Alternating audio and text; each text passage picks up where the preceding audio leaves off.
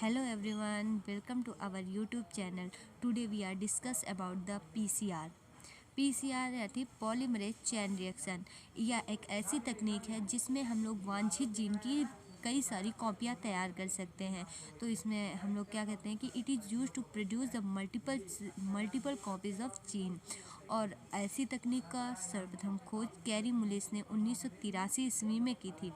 अब ये तो ऐसी प्रोसेस तो है नहीं कि जो प्राकृतिक द्वारा, तो हम लोग कृत्रिम क्रिया द्वारा, मतलब हम लोग टेक्नोलॉजी के द्वारा ही इसकी प्रोसेस कराते हैं। इसकी अनेक कॉपियाँ तैयार करते हैं। कोई भी डीएनए है, यूज़फुल डीएनए है जिसमें हमें दूसरे में प्रविष्ट कराना है, तो उसका डीएनए हम लोग लेके उसके एग्जैक्ट पॉइंट पर काटा जाता है और एग्जैक्ट पॉइंट पर काट करके उसे अन्य जो कटे हुए डीएनए के साथ है या अन्य पॉलीमरेज के साथ हम लोग जोड़ते हैं।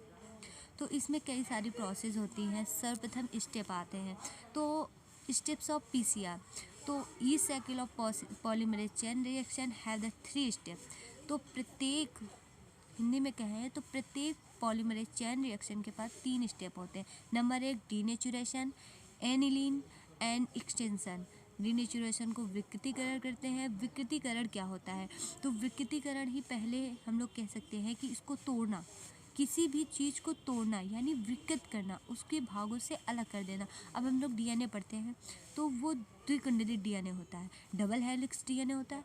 उसको एग्जैक्ट पॉइंट पे जहाँ हमें यूज़फुल डीएनए है उसको काटना ही, वहाँ से काट दिया जाता है तो विकृत हो जाता है ना उसमें कोई भी, मतलब जैसे 2 डीएनए है, इसके बीच में जो गैप आता है विकृतीकरण, ये दोनों जुड़े हैं ना, इसको ऐसे तोड़ना ही विकृतीकरण कहलाता है। अब एनिलीन आता है।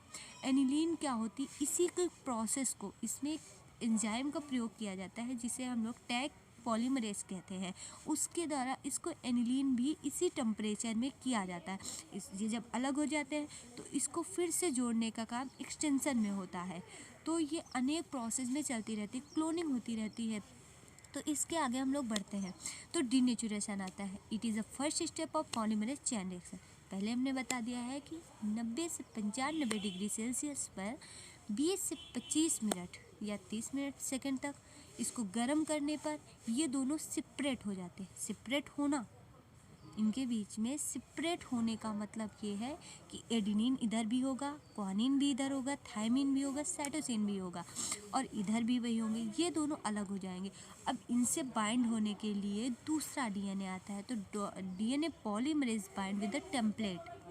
मतलब हम लोग कह सकते हैं कि इसको बाइंड करने के लिए टैग पॉलीमरेज का उपयोग किया जाता है, जो कि ये डीएनए और इस डीएनए में ये दोनों अलग हो जाते हैं। तो इसको बाइंड करने के लिए एक अलग से डीएनए जोड़ा जाता है, जो कि ए के बीच में एडेनिन के साथ क्या जुड़ता है, थायमिन, और साइटोसिन के साथ ग्वानिन, या ग्वानिन के साथ साइटोसिन, कुछ भी कह सकते हो। और एडेनिन के साथ थायमिन जुड़ने के लिए डबल बॉन्ड का ही उपयोग होता है और ग्वानिन के साथ जुड़ने के लिए साइटोसिन से ट्रिपल बॉन्ड का उपयोग होता है।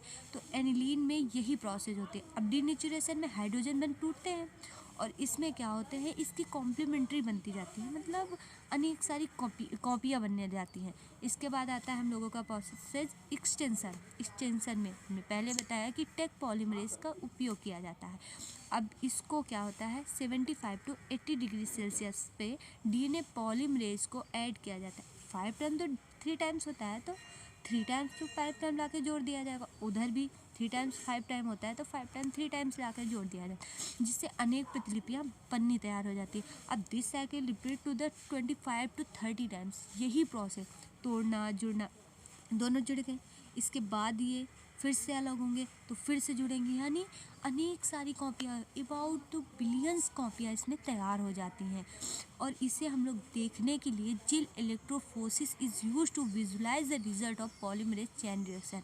तो हम लोग कह सकते हैं जेल इलेक्ट्रोफोरेसिस का उपयोग किस लिए किया जाता है, तो पीसीआर के जो रिजल्ट आए हैं, जो प्रमाण आए हैं, उनको हम लोग चेक कैसे करते हैं, तो इसी का जेल इलेक्ट्रोफोरेसिस द्वारा। आगे इसे हम वीडियो के माध्यम से समझते हैं।